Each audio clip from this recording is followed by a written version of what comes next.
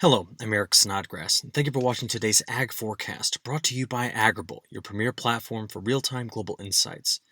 Well, one of my colleagues at Agrible, Andrew Pritchard, a great meteorologist, asked me to produce a couple of plots for him, and I thought this was a fantastic way to kind of look back at how severe weather shaped up during the month of June. So on the left, you've got a map that shows you around 2,300 reports of severe weather from June 1st through June 15th. But the map on the right shows you that we had nearly 4,000 reports of severe weather between June 15th and June 30th.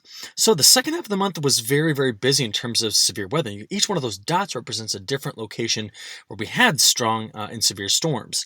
Now, I just want to show you, I got a great picture on Twitter sent to me by @IntelWarrior, a fantastic image here of a shelf cloud. I think we saw a lot of these across the Corn Belt. This and hail, strong straight line winds and hail causing quite a bit of damage over the last 30 days or so. So this has been a month where even though on the year we're below average on total number of reports in all three categories, hail, tornado, and winds, we've still seen quite a bit of damage, and it's something I think we got to keep watching. Now, I think some of you may have gotten a natural fireworks show on the evening of the 4th of July. Here we're looking at the total number of lightning strikes on the 4th of July. There was over 318,000 strikes. And just so you can kind of put some numbers to this, each one of those contains easily over a billion volts, easily over 30,000 amps. In fact, some of them may be as high as 300,000 amps. And I got a great question about this over the last couple of days. What's thunder? Well, basically, we get thunder because the lightning will heat the air to about 54,000 degrees Fahrenheit. That's about 5 times hotter than the surface of the sun. And at those temperatures, we cause the air to rapidly expand, creating these huge pressure waves. And that's basically all that sound is. Now, my daughter asked a great question because I taught her once before that you can always count between when you see lightning, hear thunder. So what's the rule of thumb? Every 5 seconds you count off between when you see lightning, hear thunder, the lightning is about 1 mile away from you. And I bet a lot of people were counting on the evening of the 4th of July. This was a live animation around 11:30 in the evening on the 4th of July. And here we're looking at some of the active thunderstorms overnight. So I imagine these kept a lot of people up after the fireworks were done. But it just goes to show you, I put the number in the upper left-hand corner there. These are just a few of the over 9 million lightning strikes that we experience across the world every single day. Blitzertongue.org, great website to go get lightning data just like this. Okay, let's talk about precipitation. Last 72 hours is on the left, and the last 30 days in terms of percent of normal is on the right. And what's been interesting is that where we've seen that incredible heat, which has really been piled in the middle part of the country, we were quite dry over the last 72 hours in this region and through here. And why I'm concerned about that is that's the same area that we've been dry for quite some time. So it missed out on a lot of the thunderstorms.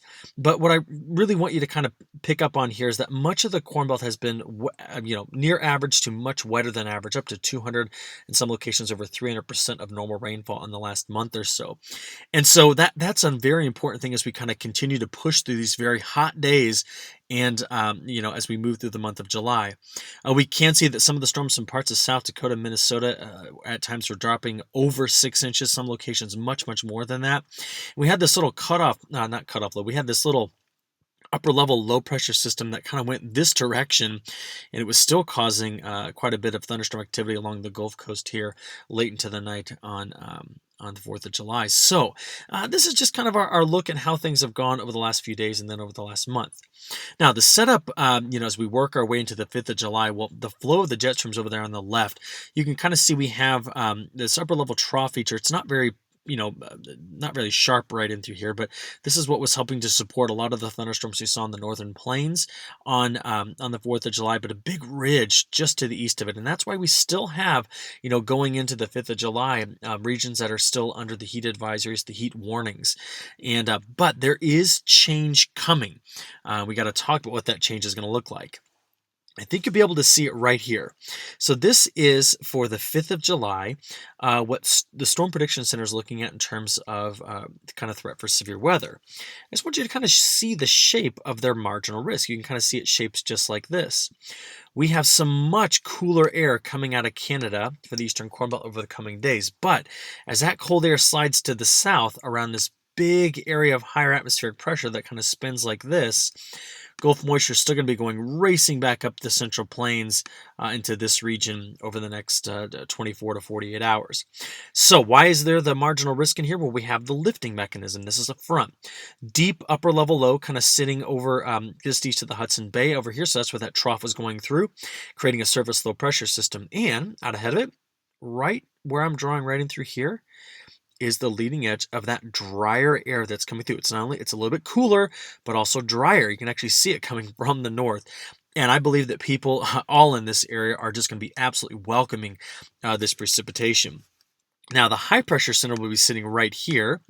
It'll have flow out of it in a clockwise manner, so it'll come out just like this.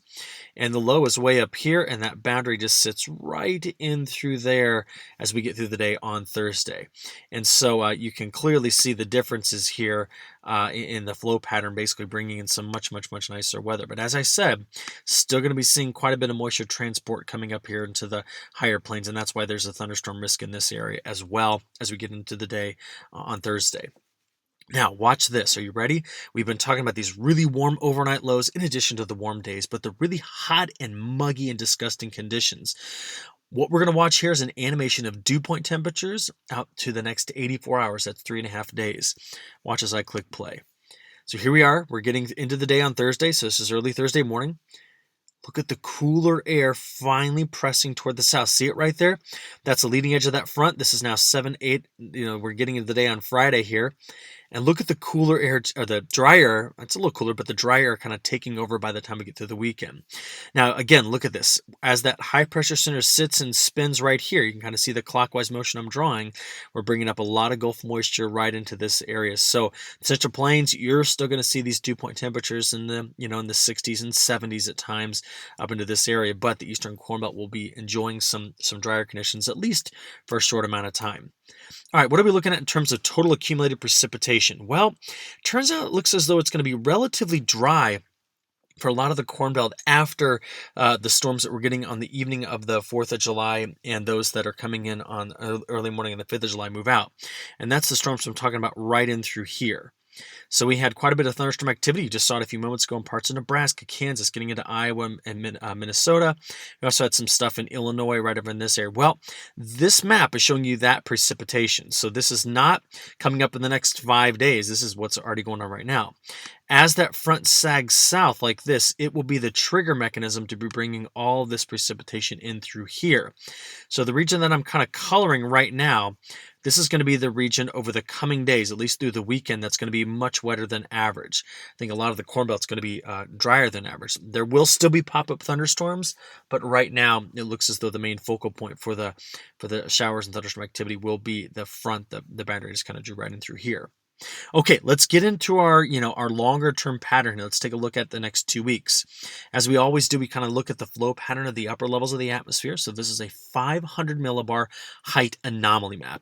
And the reds basically mean higher heights than average, therefore ridging and warmer than average temperatures, and the cooler colors to represent trough. So this is our trough kicking off that low that's going to be dragging that cold front right in through here. Now, as I animate this, what I want you to see is that we're going to be noticing that with time, the model's trying to paint a relatively consistent picture. And by the way, I'm kind of done showing you the GFS in the near term because I've been kind of less than happy with the way that it's been performing in terms of its consistency. So we're sticking entirely with the European model. What we just saw here is, if we just played this again, we see the ridging coming through the central states and then still migrating over toward the west. So that means we aren't going to be in a cool pattern for very long. In fact, this ridge is going to keep us, a little bit warmer than average. Do I think it's going to be dangerously hot at this point in terms of the health of a corn and soybean plant? No, but certainly I believe it's going to be a warm pattern. And something to see here is that if we continue to push this ridge west with time, we still get that northwest flow in through this area, and that's a pattern that brings quite a bit of thunderstorms. So we're going to have to just keep watching that. Remember, every update we're just talking about it. We're going to see if it continues to evolve. So if we take that flow pattern and try to do something with it here, I'm going to give you these two maps. One on the left goes basically from July 5th to July 10th. The other one goes from July 10th to July 15th. We're using the European model again. We're looking at temperature anomalies. You can really see the effect of that cold front that comes sliding through. And as it does so, we get a little bit cooler than average temperatures in through it. Now, this is not cold. It's still going to be hot in here. I mean, for crying out loud, it's summer. This is still going to be 90-degree heat, but a little bit cooler than average. As that high pressure center spins in this direction, though, brings in quite a bit of moisture into this area, so quite a bit of cloud cover with what we would probably call some monsoonal flow. But you just saw that ridge still kind of hangs out in this area, and that's why the northern plains getting over here into parts of Montana, Idaho, this region is going to be seeing some warmer than average conditions. Now, let's step ahead the next 5 days. You then saw the ridge build back in, and once the ridge really gets established in this area, we are going to be seeing across a big section of the Corn Belt warmer than average temperatures, but we're going to keep the cooler pattern in through here simply due to the monsoonal flow bringing in a lot of showers and thunderstorms into this area. That's very normal for this time in July. So we're not done with with the heat. It's going to come back. Will it be coming back in the form of massive heat advisories? It's a little bit hard to tell at this point, but we're going to be seeing temperatures that are going to be 3, 4, 5 degrees above average. Remember, average for the Corn Belt in through here is about 85 degrees, 85 to 87 degrees. So we're going to be talking about temperatures again in the low 90s. So we're getting back to those warmer temperatures. Total precipitation. So I'm going to show you this in an interesting way here. We're stretching this all the way out through the next 15 days.